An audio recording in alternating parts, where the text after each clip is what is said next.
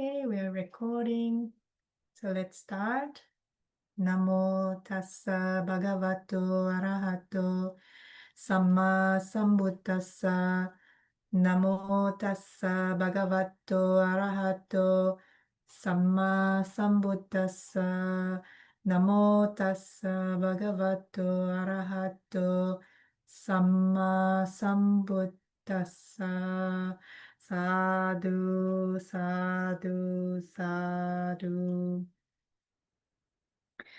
Okay, so today we continue with the reading on Venerable Ananda's story.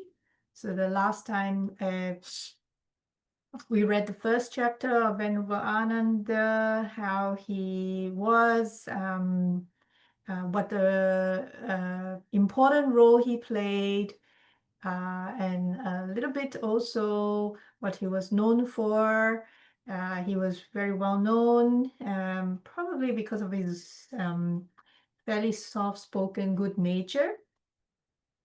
So even though he was not an arahat until after the Buddha passed away, that's just before the first Buddhist council, but yet he was a highly respected teacher even then. Yeah, and he also asked the Buddha to, grant him some requests when the Buddha approached him to be his attendant. Yeah, so we covered that. So those of you who missed that, you can always listen back to the recording. That's available on the YouTube channel. Okay, so today we will read through the next chapter, the Buddha's attendant, that is Venerable Ananda. Now, just for those who are not familiar, before, so Venerable Ananda wasn't the only personal attendant of the Buddha. Before him, there were other attendants, but they were shorter in terms of the period attending to the Buddha. Venerable Ananda was the longest one and considered the most attentive, in the sense he did very good work. Okay, so one of the virtues of Ananda, Venerable Ananda, that established his fame was his conduct as the Buddha's Upattaka, his personal attendant. And the Buddha said of him that he was the best of all attendants, the foremost of all those monks who had ever filled this post. There were a few others before Venerable Ananda. So this was quoted from the Anguttara Nikaya. And the term attendant is actually not comprehensive enough to do full justice to the Venerable Ananda's position. In such designations as secretary or adjutant, I hope I pronounced that. Oh, maybe there's a misspelling here, I'm not sure. And maybe Paul or Madam Nanda, you might know better than me. But basically just as someone next to the Buddha. So such designations fail to express the most intimate aspects of his attendance and standing to many little items of personal assistance given to the master, while the term servant omits the organizational and directing aspects, implies too great a degree of subordination, and again leaves out the aspect of intimacy. So the relationship between the Buddha and Venerable Ananda was a very special one. Yeah. So what the author here is trying to say, if you want to call Venerable Ananda his personal attendant, seemed insufficient, but you want to call him his secretary, not quite. Servant, definitely not, because it gave a different kind of understanding about their relationship with each other. They were cousins as well. Venerable Ananda was also the Buddha's cousin. But there was this very close connection between them. And also we read before, Venerable Ananda made the Buddha promise him that, if the Buddha was invited somewhere else, either for a meal or went for travel, and Venerable Ananda was not present when the Buddha gave a teaching that when the Buddha returns, the Buddha has to repeat that teaching to Venerable Ananda. And because of that request, thanks to Venerable Ananda, Ananda's special request and his amazing memory, we have with us till today the Tipitaka, all the Nikayas bundled in different books, yeah, that Bhikkhu Bodhi has very nicely put them into writing, translated into English. And so we are very much in gratitude of Venerable Ananda for what he did, his request to the Buddha and his extraordinary memory. So in 3 of his verses in the Thera Gatha, so Thera Gatha means you can call it Thera means the elder monks or more senior monks. Gatha means verses. So sometimes they translate as verse, sometimes translate as poems, sometimes translated as songs. You know, it's just you can say a collection of the reflective verses of the senior disciples. So in the Thera Gatha, Venerable Ananda sums up the way he served the Buddha through the last third of his life. For 25 years, I served the Blessed One. I serve him well with loving deeds, like a shadow that does not depart. So he really was very attentive to all of the Buddha's needs, especially because he was the last serving personal attendant, so it would have been during when the Buddha was in his older times. Yeah, so the Buddha passed away, I think, 80 years old. So 25 years, that means Venerable Ananda would have been the Buddha's personal attendant from the time the Buddha was 55 to, or more or less, mid-50s, to the time that the Buddha passed away. So one can kind of picture that Venerable Ananda was very, not just attentive to the detail of how to attend to the Buddha's needs, but also because, as we all know, when the body ages, as we get older and older, yeah, and even the Buddha and all these arahats are not excluded from old age. Yeah, that's the nature of the human body. We can imagine that Venerable Ananda must have been, quite an amazing personal attendant to be able to care for the Buddha as the Buddha got older and older as well. So for 25 years, I served the Blessed One. I served him well with loving speech, like a shadow that does not depart. For 25 years, I served the Blessed One. I served him well with loving thoughts, like a shadow that does not depart. So here he's saying, through action, through speech, and through thoughts, I served the Buddha with a lot of loving kindness. Through action, speech, and words. Yeah. So if we look in the world's literature for examples of a great man's confidant who accompanied him constantly, nowhere would we find one comparable to Venerable Ananda. His loving attention to the Master over such a long period consisted of the following services. Venerable Ananda brought the Buddha water for washing his face and tooth, wood for cleaning his teeth. He arranged his seat, washed his feet, massaged his back, fanned him, swept his cell, mended his robe.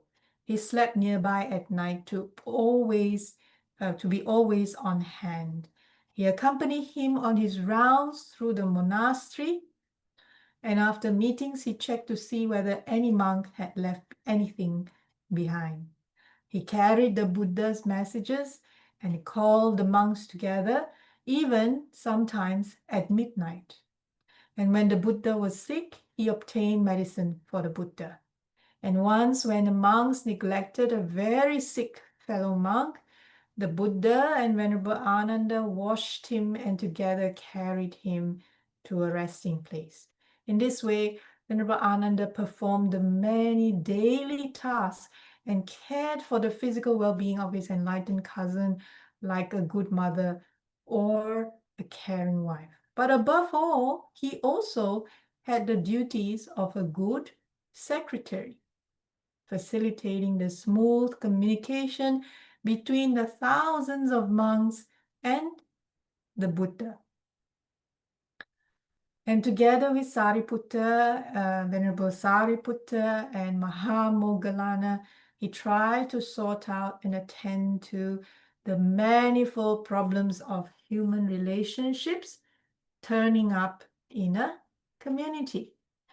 So in the case of the dispute of the monks of Kosambi, and in this case of the schism in the Sangha through Devadatta, Venerable Ananda played the important role of clarifying doubts and keeping order. And often he was the go-between between the monks, arranging for them an audience with the master, or he brought the Buddha's words to members of other sects. He refused no one and felt himself to be a bridge rather than a barrier. So this is one of the key characteristics of Venerable Ananda, and it is not easy to do that. So imagine, he's always like the go-to between. So if monks want to have an audience with the Buddha, they would go through Venerable Ananda and ask permission to go and see the Buddha, or things like that. And sometimes he could be a messenger. Maybe the Buddha might say, oh, summon so and so. Maybe the Buddha saw, let's say, a particular scenario or heard particular scenario, and maybe the Buddha might ask Ananda to, okay, summon so and so to come and see me, something like that. So in a sense, he was very busy as well. Venerable Ananda was very busy as well. So not only tending to the Buddha's physical needs, but also acting as an in-between person. At the same time, Venerable Ananda was also a practitioner. So he was also practicing himself. So he played a lot of roles. And on several occasions, the monks made a great deal of noise, so that the Buddha asked Venerable Ananda about the reason for this. And Ananda was always able to explain it fully, and the Buddha then took the appropriate action. And the last of these three occasions is significant. On behalf of the Buddha, Ananda called a large group of noisy monks together, reproached them for their behavior, and sent them away. And thereupon, the group went into solitude and worked so diligently on the purification of their hearts that by the end of the rains retreat, all of them had attained to the three true knowledges. So his approach is his demeanor, his intention is so how to say, we read before in the previous reading that people find it difficult not to like him, because of his character and his intention.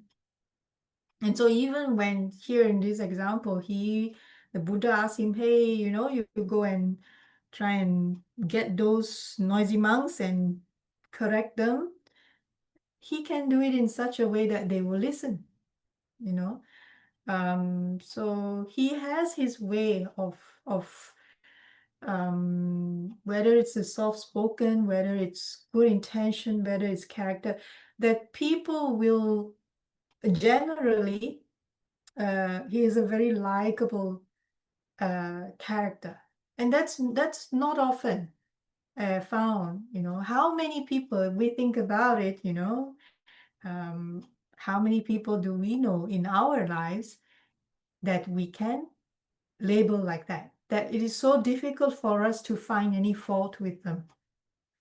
There are not many, right? Most people, we tend to even the slightest nitpick on something we don't like about them. Yeah, so Venerable Ananda was truly admirable in that sense. So then the Buddha then called them together once more, all the noisy monks who listened and went to practice. And when they came into the presence of the awakened one, he dwelt in imperturbable meditation. And the monks realized the depth of their master's meditation, sat down, and entered into the same absorption. And after they had thus passed the first 4 hours of the night, truly the kind of greeting fit for holy ones, Ananda got up and requested the Buddha to greet the monks who had arrived. And because all of them were in imperturbable meditation, no one could hear him. And after a further 4 hours, Ananda repeated his request. Again, total silence answered him. And at a third time at dawn, Ananda got up, prostrated before the Buddha, put his hands together, and requested a greeting for the monks. And thereupon, the Buddha came out of his meditation and answered Ananda, if, Ananda, you were able to understand our minds, then you would have known that all of us had entered into imperturbable absorption where words cannot penetrate. And this account serves to show the unerring patience Ananda possessed, as well as his limitations. And such an occurrence may have contributed to Ananda's determination to practice meditation again and again, despite his many duties. And the traditional texts speak of 2 occasions when he asked the Buddha for a meditation subject that he could practice in solitude.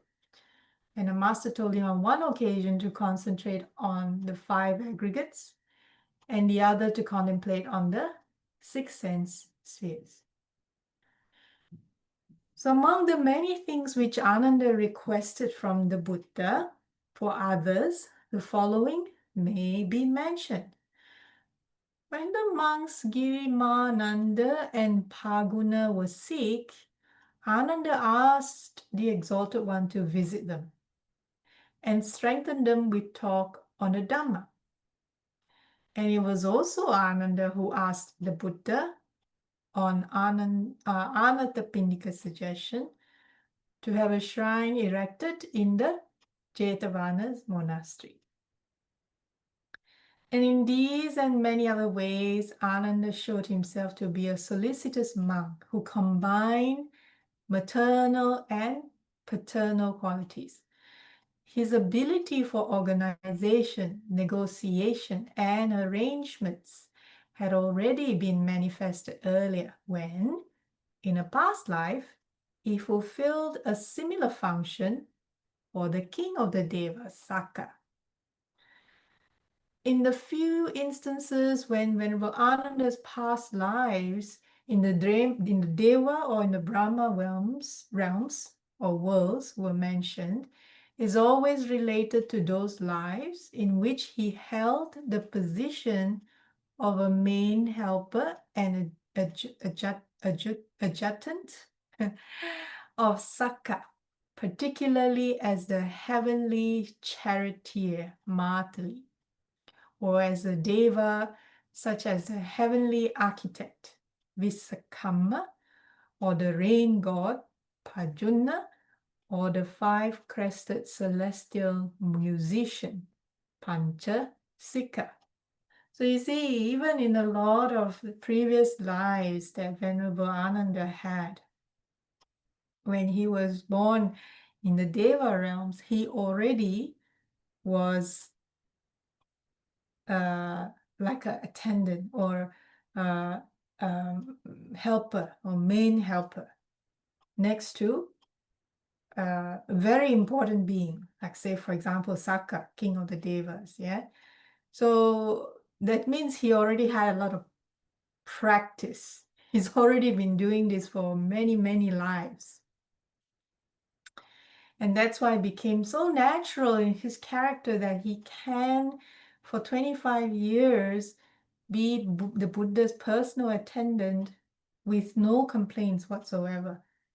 Yeah, no, he's been doing this. He's that particular trait of his, even in his final life, he had already been doing it for many, many, many lives before.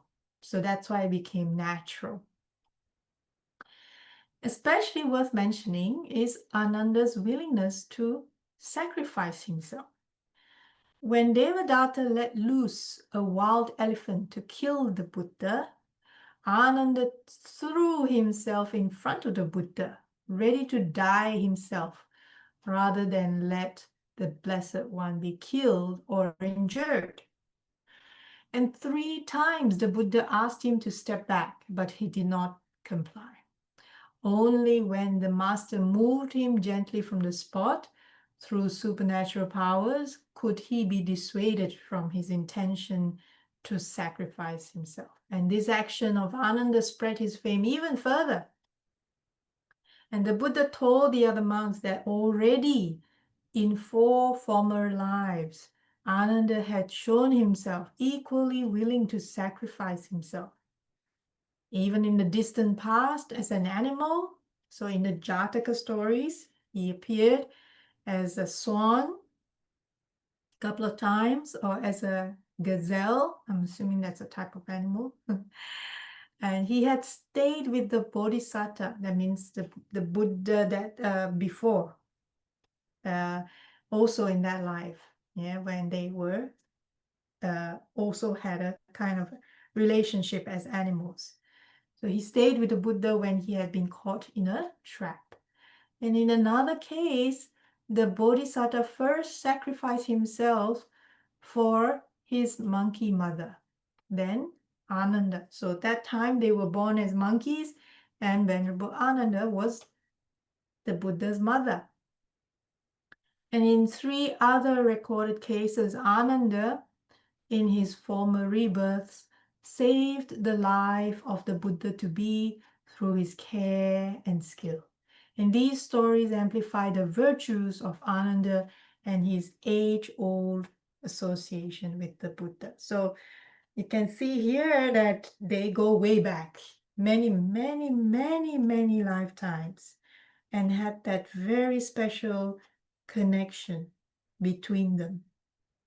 And that's why in the final life, final existence, they became, well, first of all, they were born in the same clan as cousins in the royal family, and then connected after the Buddha gained enlightenment, and Ananda became his personal attendant for 25 years.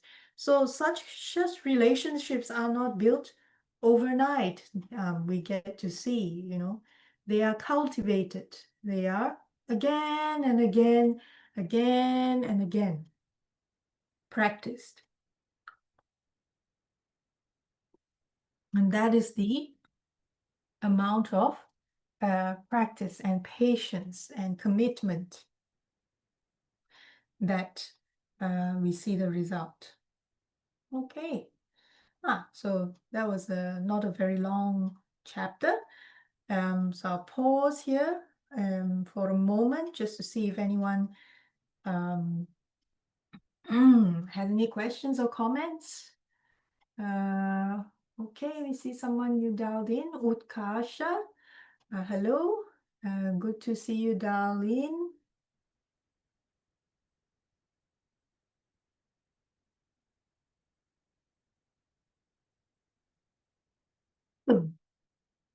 Does anyone have any comments or questions at this point?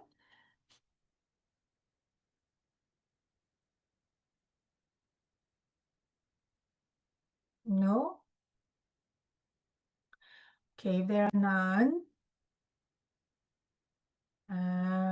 so we can continue a little bit more on the story of Venerable Ānanda. Yeah, so this chapter called the guardian of the Dhamma. So how is Venerable Ānanda the guardian of the Dhamma?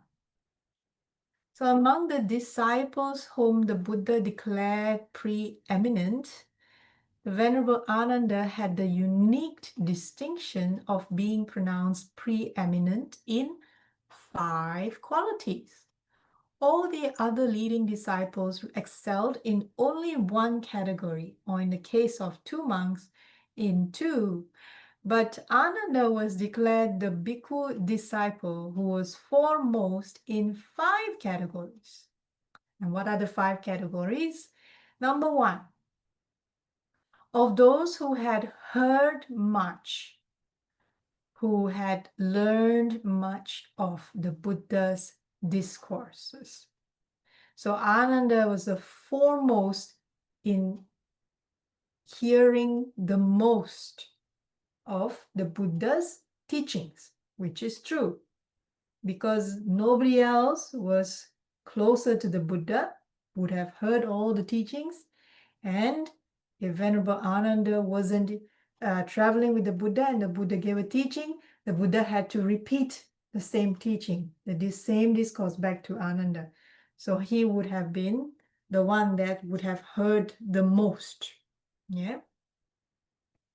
Number 2, he was foremost amongst those who had a good memory.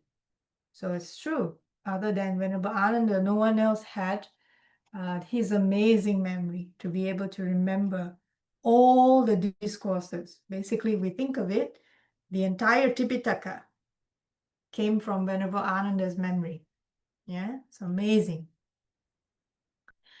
And Venerable Ananda was also foremost amongst those who had mastery over the sequential structure of the teaching, So I'm guessing he was able to put them together in a kind of a structural sequence. So I'm assuming each of the in the 3 baskets, the main one, the biggest one probably is the Nikayas. And I'm assuming here what it means is Venerable Ananda is able to collect them, put them in a certain structure so that it's easy to remember. And that's why we have like the Digha Nikaya, the Majjhima Nikaya, Samyutta Nikaya, Anguttara Nikaya, Khuddaka Nikaya. All these put like this in that manner. And then he was also steadfast in study, foremost in steadfast in study. That means he was very diligent. He was very hardworking in his study of the Dhamma. And he was foremost amongst all of the Buddha's attendants. So these were 5 areas, 5 categories that the Venerable Ananda topped the list amongst everyone. And on examination, one can see that these 5 qualities all stem from mindfulness or sati. Yeah. Here it says mindfulness is the power of the mind and power of memory, master over recollections and ideas. As we know, Bhante Vimaramsi says mindfulness is the ability to observe the what the at any moment in time what the mind is doing. Yeah, what are the thoughts, what is happening in the mind, what goes on in the mind, so sorry, I'm not doing a very good job quoting word for word what Bhante Vimalaramsi has taught us. But mindfulness is the ability to observe how the mind moves from one object to the other.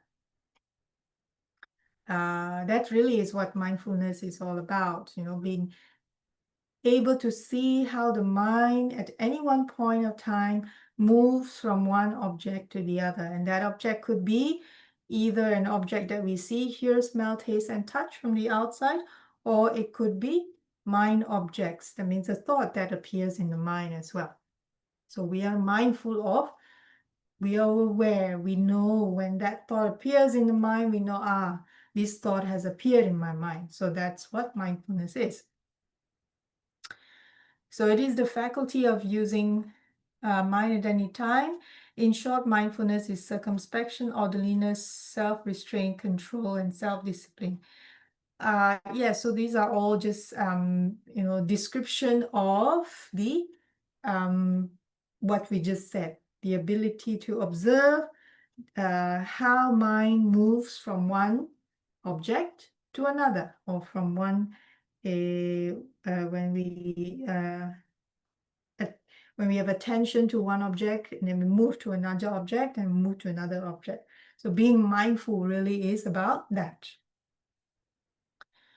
And in a narrower sense, sati is the ability to remember. Yeah, so what happens is, because Venerable Ananda is so, he has this very good ability to observe the mind's attention when it moves from one object to another. What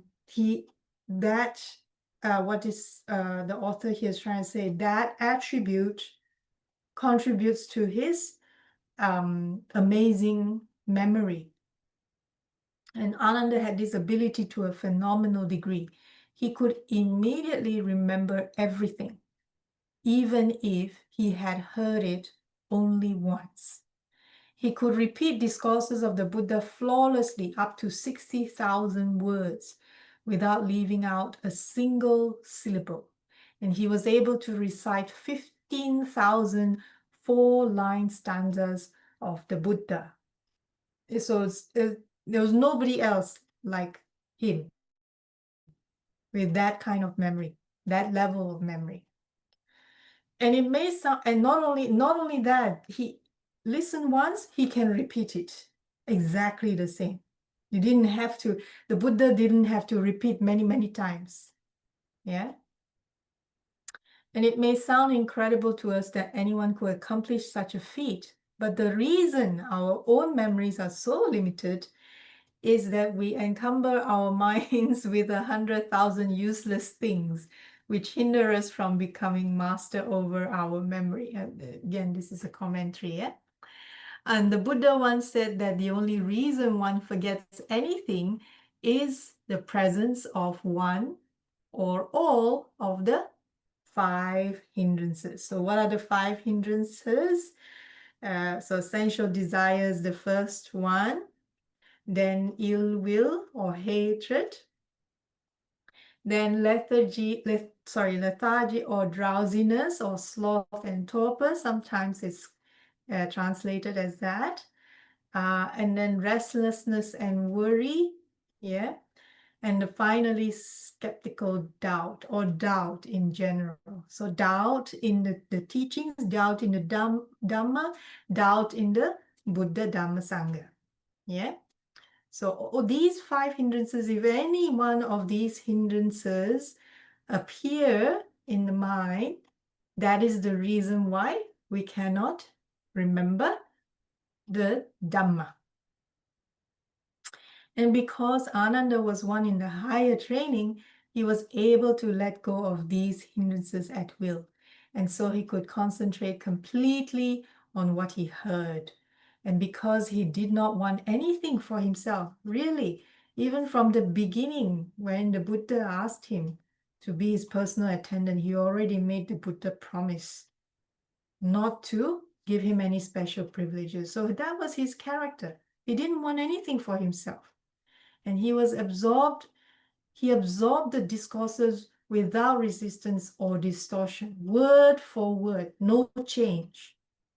So he was not greedy at all. He didn't want any special privileges. Of course, he didn't want any fame. He was completely devoted to the Buddha, the Dhamma, and the Sangha. And he had this amazing memory. So he could remember all the teachings word for word, even syllable for syllable, with no change. And he could arrange them. He could put them in sequential order, arrange them properly. He knew what belonged together, which of the teachings go together, which fit together better. And he recognized within different expressions the common denominator, like where to put the different teachings together. Why? Because they fit better like that. And like a faithful and skilled registrar, could find his way around in the dark corridors of memory. So amazing way how he could remember everything in his memory, and he could even compartmentalize the teachings in such a way. Is there anyone else that we know who has such qualities? All these factors enter into the quality of having heard much. That was the first quality that the Buddha said Venerable Ānanda is foremost in. He who has heard much in this sense has discarded willfulness and has become a vessel of truth. He has heard much truth, and that means that he has erased all untruth in himself. And such a one is born from the mouth of the teacher, is truly trained, because he let himself be shaped by the teaching of the enlightened one.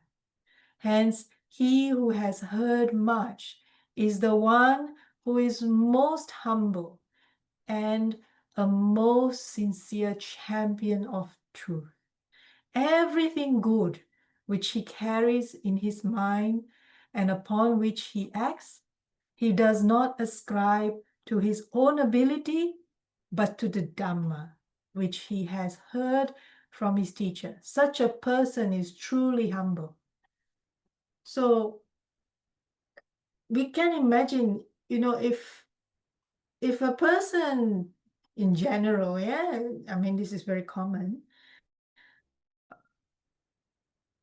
is so widely respected, so likable, has all these memories, amazing memories, is dependent upon, is a personal attendant of the Buddha, it would be too easy, to very easily the pride, right? And we talked about pride. Thank you, Madam Nanda, by the way, for correcting me. Pride is the last thing to be one of the last hindrances to be eradicated, yeah, in the path. So even anagami, they have to eradicate pride before they can get to the final stage of arhathood.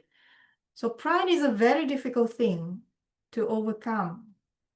And yet, although Ananda was not yet enlightened, he was not yet an arhat, but because he was so humble, he was so devoted to the Buddha and the Dhamma, and he was so much, how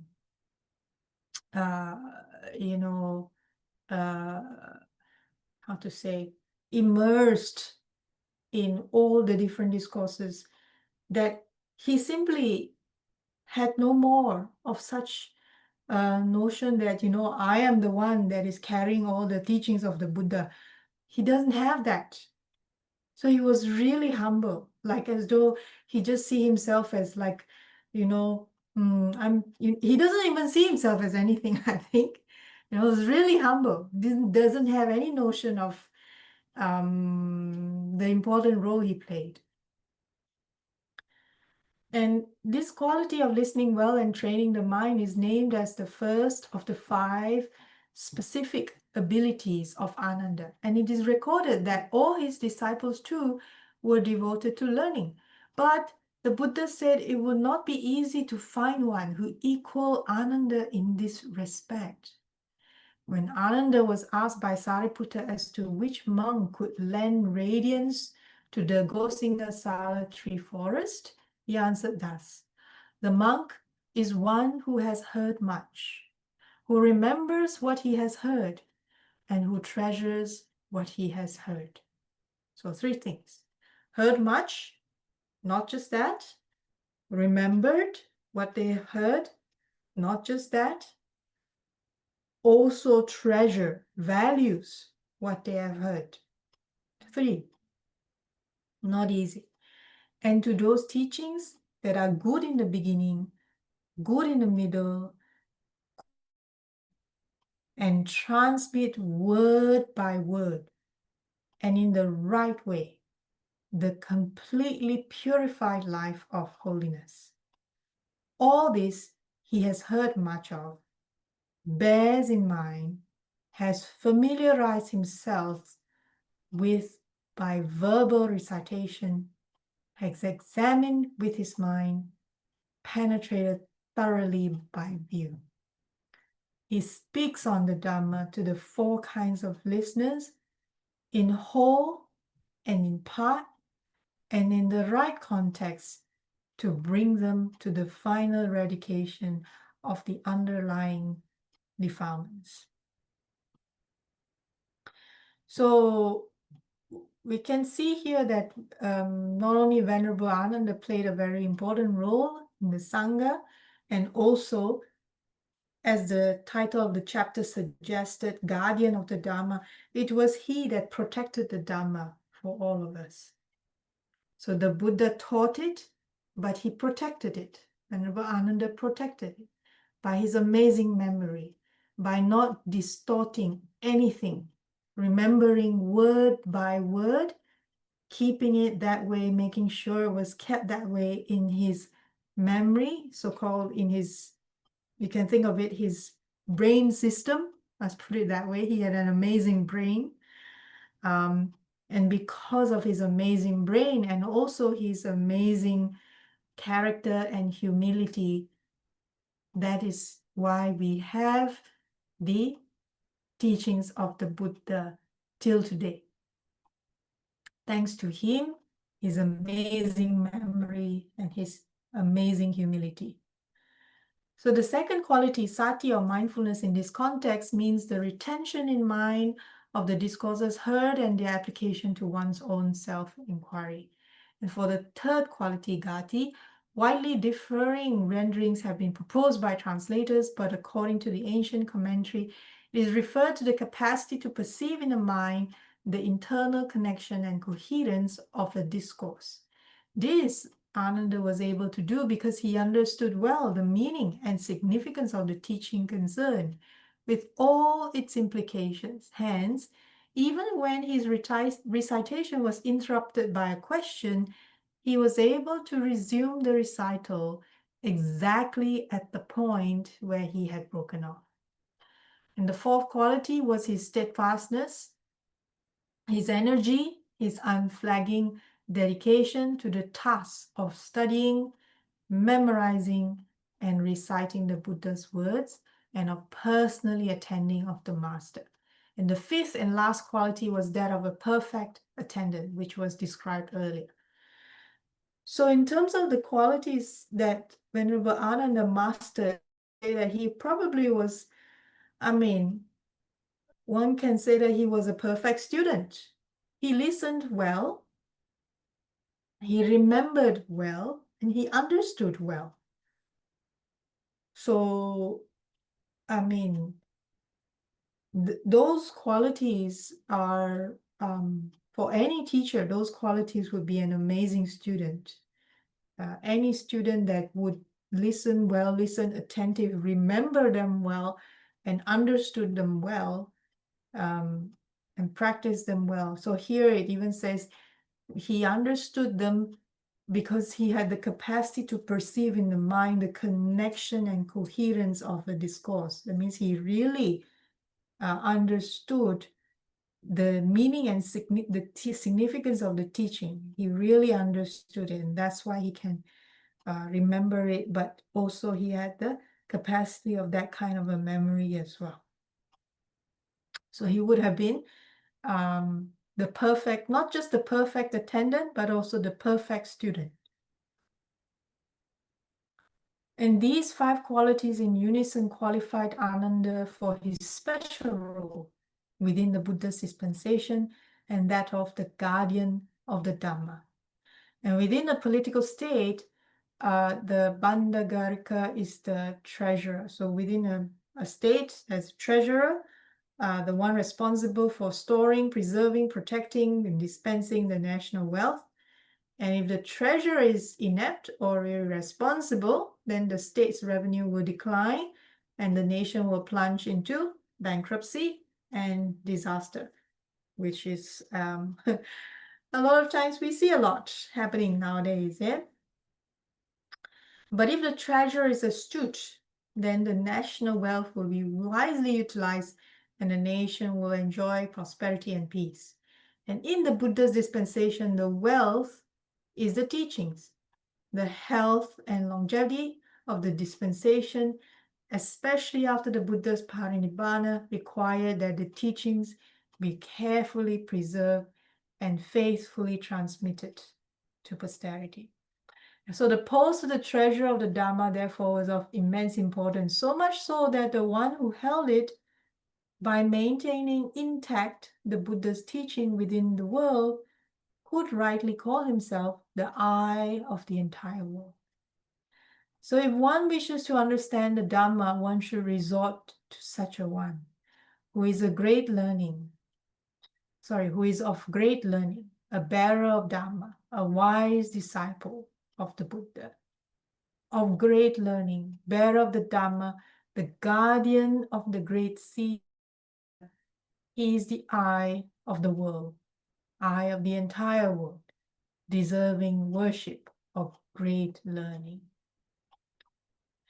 So in selecting Ananda as a treasurer or the guardian of his dispensation, the Buddha had chosen one whose personal qualities coincided perfectly with the demands of the post. It's a very heavy responsibility, big, huge responsibility. And Ananda fulfilled that in every way. So by virtue of his devotion to learning, Ananda was ideally suited to receive the manifold teachings delivered over a 45-year period. By virtue of his phenomenal memory, he could retain them in mind exactly as spoken by the master. And by virtue of his sense of order, he could be relied on to preserve them in the correct sequence and to explain them in such a way that the structure of ideas accorded with the Buddha's intention.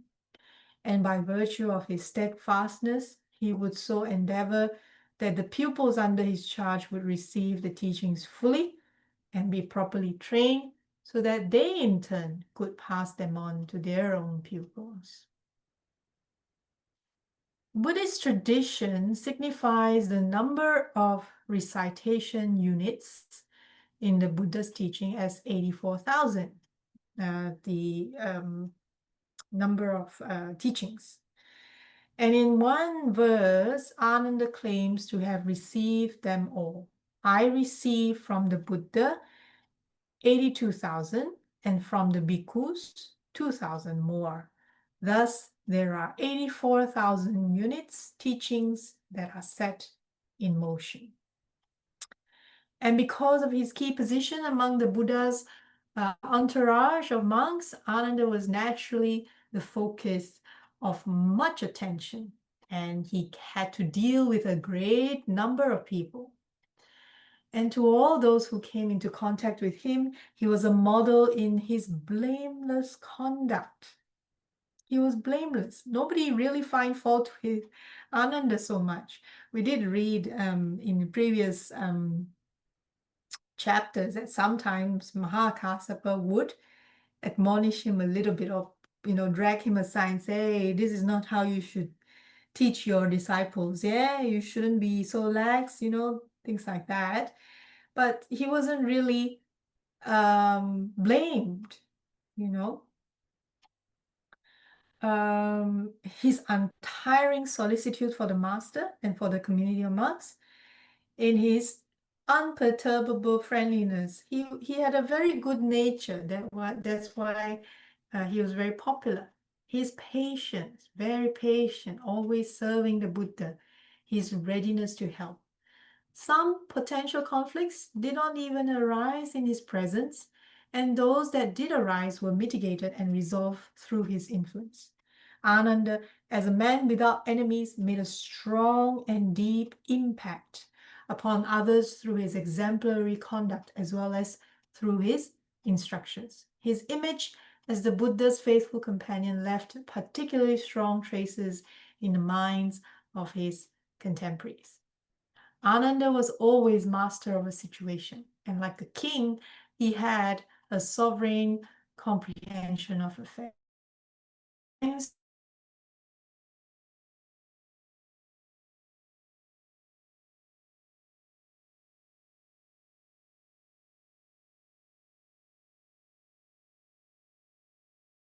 His experiences and never repeat the same mistakes, as most people are liable to do again and again due to their weak memory.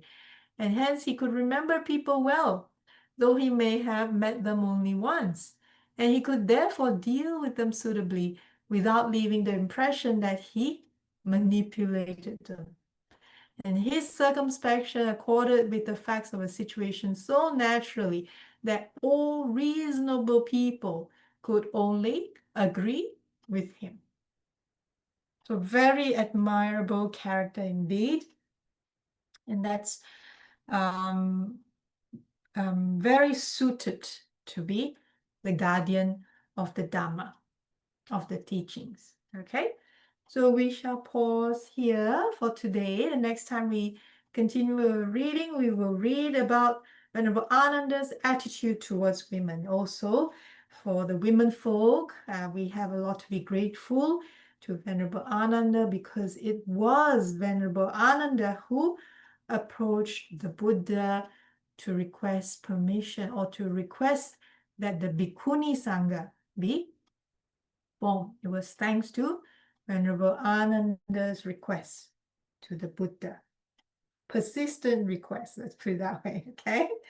Yeah, so we have a lot to be thankful to, grateful to Venerable Ananda for that. So we will continue that in the next reading. Are there any questions or comments, whether on today's reading or anything in particular, really? Anyone?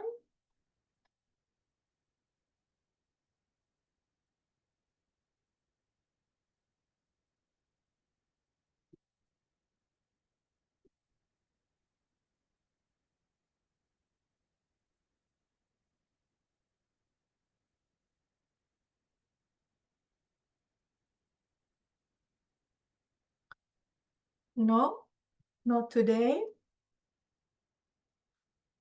Okay, no problem. So, if there are no comments or questions, we can share merits. Let me just let me see. I'll share the page for sharing of merits.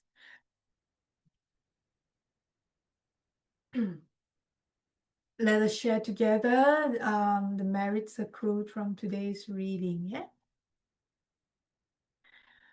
May suffering ones be suffering free, and the fear-struck fearless be. May the grieving shed all grief, and may all beings find relief. May all beings share this merit that we have thus acquired for the acquisition of all kinds of happiness. May beings inhabiting space and earth, devas and nagas of mighty power, share this merit of ours. May they long protect the Buddha's dispensation. Sadhu, sadhu, sadhu. Okay. Thank you so much to those who dialed in. I hope you enjoyed the session. Thank you, Yeah. Mom. Your explanation was so great. Oh, okay. Yeah, thank you, Utkasha. I'm glad you enjoyed it. And feel free to listen to the previous readings if you like. We have been reading this book for quite some time now. I think we're halfway through the book now. So if you enjoy today's reading, then hopefully you like the ones before as well. They're all recorded and are on the Samatha Vipassana YouTube channel. Okay. And the thing is, accidentally, my mom joined this link, and she was not knowing that there was a live class, which you were telling about Buddha and their Dhamma. And she told me she thinks that this class is for just English and she will be able to read it. And when you call my name, it is my name Utkarsha. And when you call my name, she just called me, "Hey, come here, ma'am, call your name. I'm not getting what to say." And she said, "All right, I'll say it with you." So I came to know what you were saying, and I explained her in our language. Oh, brilliant. That's wonderful. I'm so sorry I am not able to translate. What No, it's language, okay. Mom? Mm. It's Marathi. Marathi. Ah, okay. Yeah, unfortunately, I'm not versed in Marathi. Uh, but yeah, if you can translate to her. Do you have a copy of the book? No, I don't have it. Oh, hang on. Let me see if I can get the link, or if anyone, either Paul or Madam Nanda, if you have it handy. I think I have the PDF here. I can pop the PDF into the chat. Give me 1 second. Yeah. Oh, gotcha. All right, ma'am. Where are we? Let's see. Give me 1 second. Paul, thank you, Paul. Paul has just put the link to download. It's from the Buddhist Publication Society's website. So the Buddhist Publication Society in Sri Lanka have very kindly prepared a PDF version of the book online. All right. Yeah, so do you see the link? Maybe it's better you click Yeah. on it before we end the session. Yes, I have just got it. Not found. Ma'am, that link is not there. Not there? Okay. Hang on 1 second. Let me attach the PDF then. Yeah. See All if I right. can do. It is taking time to download, upload.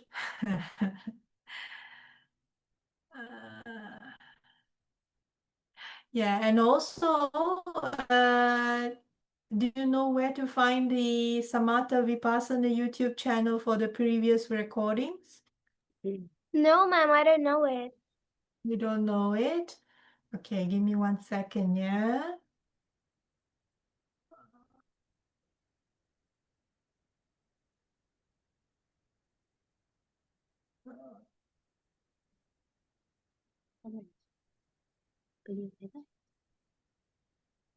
This is the one.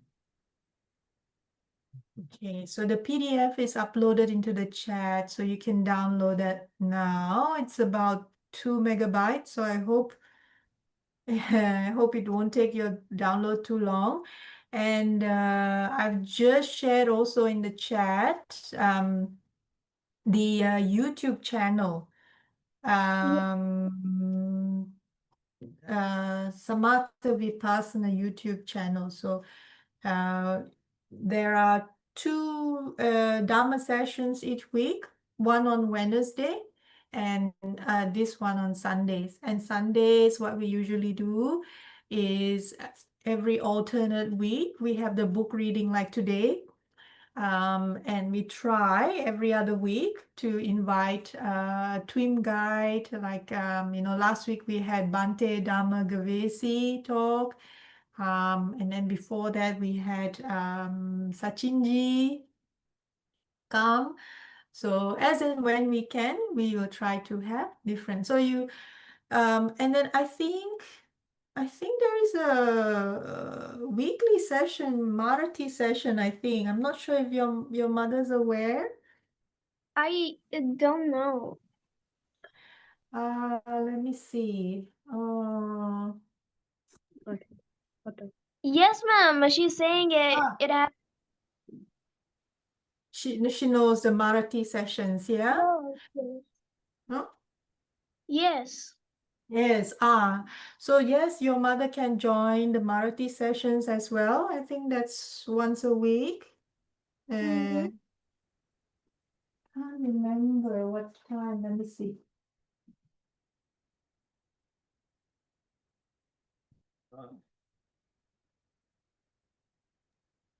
There is a Hindi language every Sunday, There is a Hindi. 8 a.m. India time. Yeah. Utkasha, is your mom versed in Hindi by any chance? Yes, she can understand it. Okay. There So is. the ID is 716. Zoom Ada. ID is 716 3034 3799. And the passcode is 1234.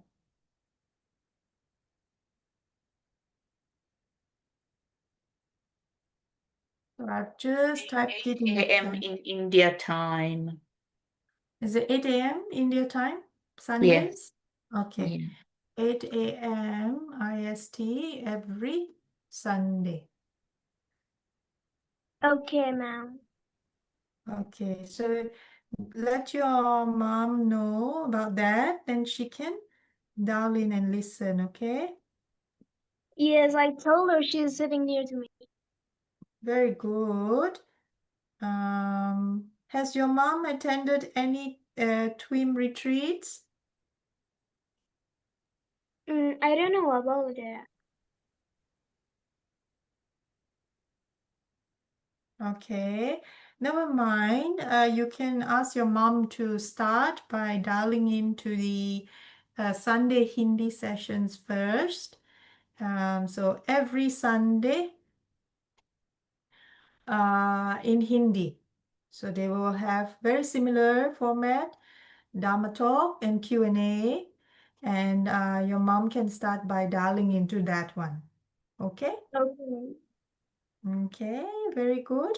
And of course, you yourself are most welcome to join in either our Sunday sessions here or Wednesdays. Wednesdays is is it What's the 7? timing of Wednesday class? Wednesday class, let me see. Is it 7:30? Hang on one second, yeah.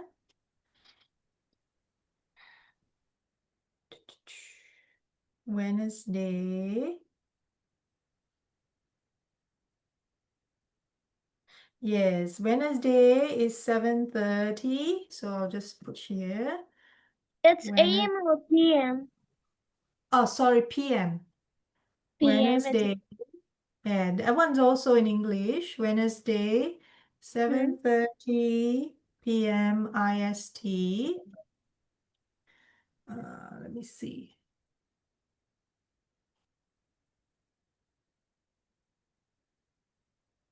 Just a minute. 7:30 p.m. IST. Yes. And The Zoom is 716 3034 3799. yes, same thing. 716 3034 3799. Okay. There you go, Kasha. I've just put it into the chat window there for you as well. Okay.